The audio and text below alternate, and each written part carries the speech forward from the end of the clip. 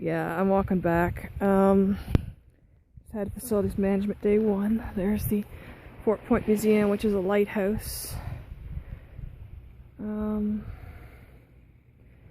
Yeah, walking back. Not the best shoes for this. I don't even know if I can get all the way back because of the tide level, but I think I can manage it if I go now, because it looks like a pretty clear path. Because where I'm staying is just like that, like right there, down at the end, like that little building you can see is right near where I am staying. There's dog prints.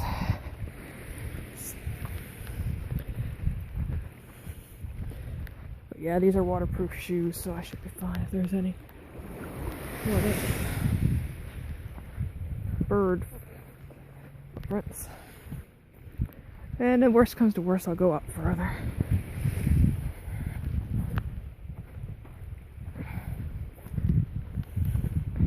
Yeah, that was I like this course, and I'm not tired, which is like such a good thing for a change. I'm usually had like a day of travel or whatnot, and I slept mostly. I had a fairly long sleep compared to what I usually get for these. Having the new phone, well, I know I was likely not going to freeze, and my alarm wouldn't go off was a help, but I still had some panic dreams that my alarm hadn't gone off. But that's par for the course here. Yeah, I don't have much for supper, but I don't feel very good, so I ate too much at lunch. And I ate something I shouldn't have. There's the lighthouse building. But yeah, it's really pretty here. And that way is the dock, like the cable ferry and stuff. The docks. The docks in Bridgewater are where my little rat face came from. Well, Lydia. Actually, look at this rock. I've seen this on the way here. It's so sharp looking. I saw it on the way there, and I just saw it again. So I'm like, I'm going to take a rock as a souvenir.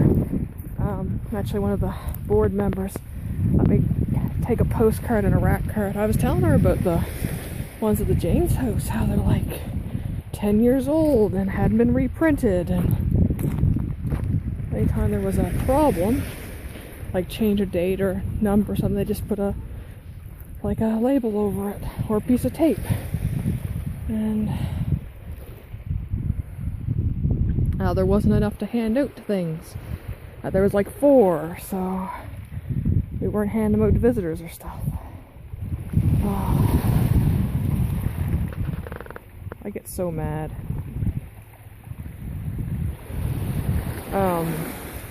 At things like this, because I think of the James house. There's so much that didn't get done, or that was done so horribly. Like, for CMAP we had to do emergency preparedness plan and stuff, and that's what we were doing today. I was going over how to write one and stuff. And for CMAP evaluations, Community Museum Assistance Plan that they get funding from, we had spent time doing one already and everything, all these plans, and this was in March, April, and then in September, when the break-in occurred, none of it had been done. There wasn't copies of the files and stuff. There wasn't like off-site things. It was just one storage. Like, there wasn't even like, it was usually one copy of something. There's something there. I wonder if it's a seal. The place I'm staying at said there's usually quite some seals on the way back. See, there's something moving in the water there.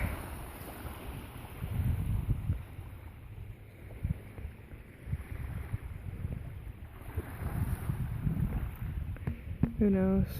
I'm going to hurry to get back before the tide comes in. I don't want to get stuck.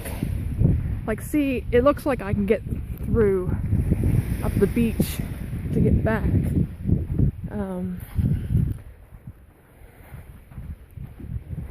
Because there's fresh footprints too, so, you know, someone's just recently traveled here before the water was in. Yeah, I get so mad because, like, things like that, things we went over about, like, security and vandalism and stuff, and what to do in the case of break-ins and stuff, and how you should be doing inventory and stuff.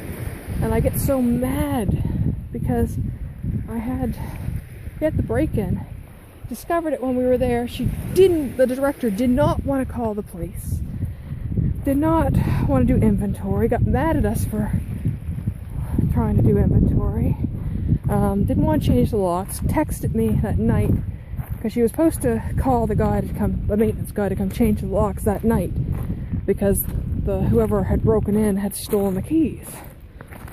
And then she texted me at 8 o'clock, like 8:15 at night. Oh, I'm too tired to deal with it. Don't go telling anyone we had a break-in, because I don't want to change the locks right yet. We'll do it later on. And so then, that night, I seen her posting on the Bridgetown forum that there had been a break-in, and they had taken our keys and shit. And there's a really big dog footprint. Didn't want to give the serial codes and stuff to the police. Tried to lie to say that they didn't ask for stuff. Things like that is just fucked up. I get so upset, so mad, remembering, like, just, I still don't think they got a laptop, because I think, before I blocked her, I blocked her because I wanted her to stop contacting me.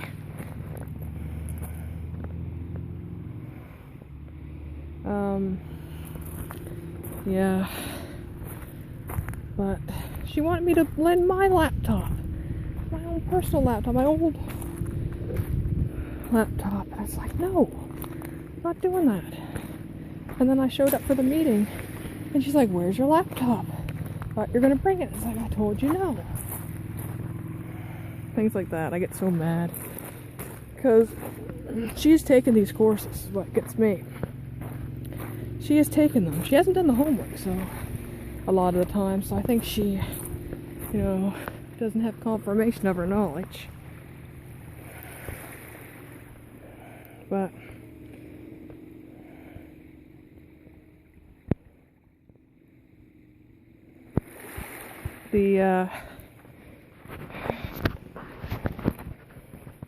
it's like, there should be no excuse for, like, kicking people out of a community event, things like that, not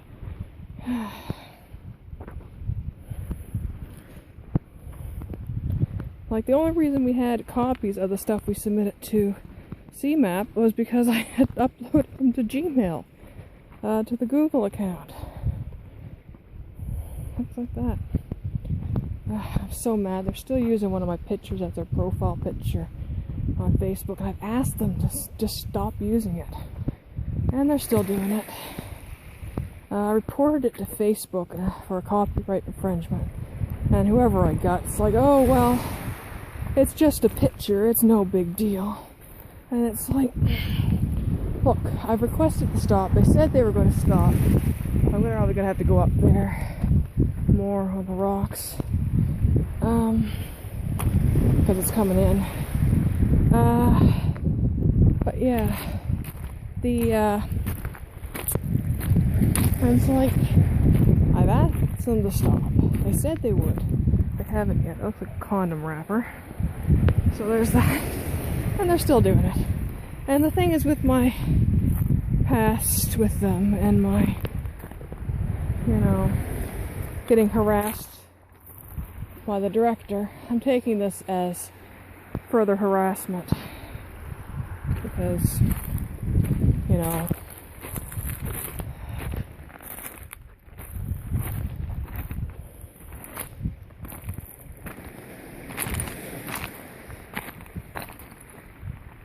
It should just not be being used.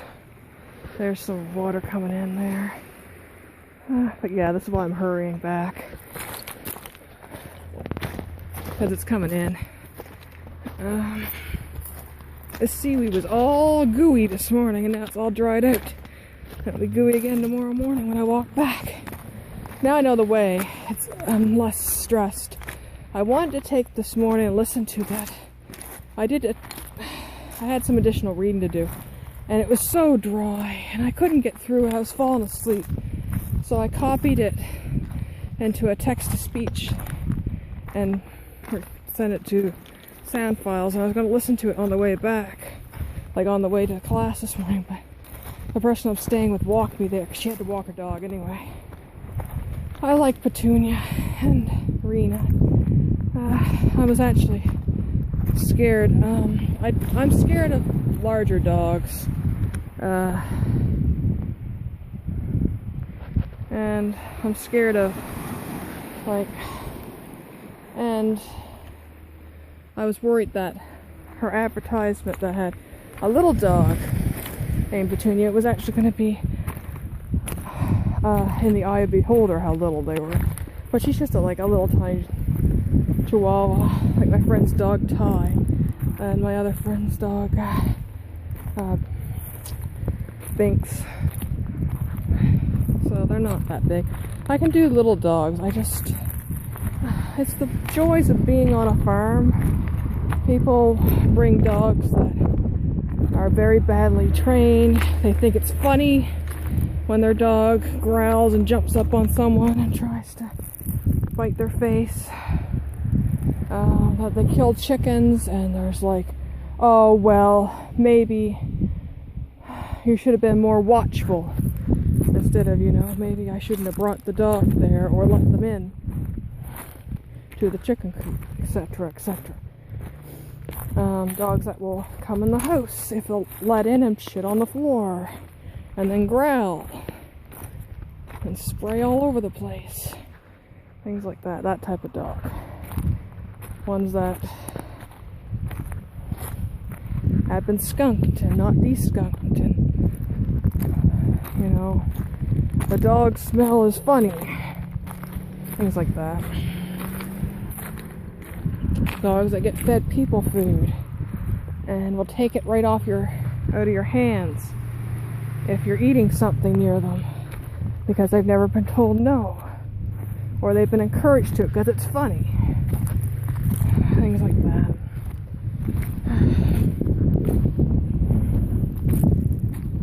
That's what I get scared of. Oh. Okay, they're on leashes. I'm gonna go because I don't want to encounter them.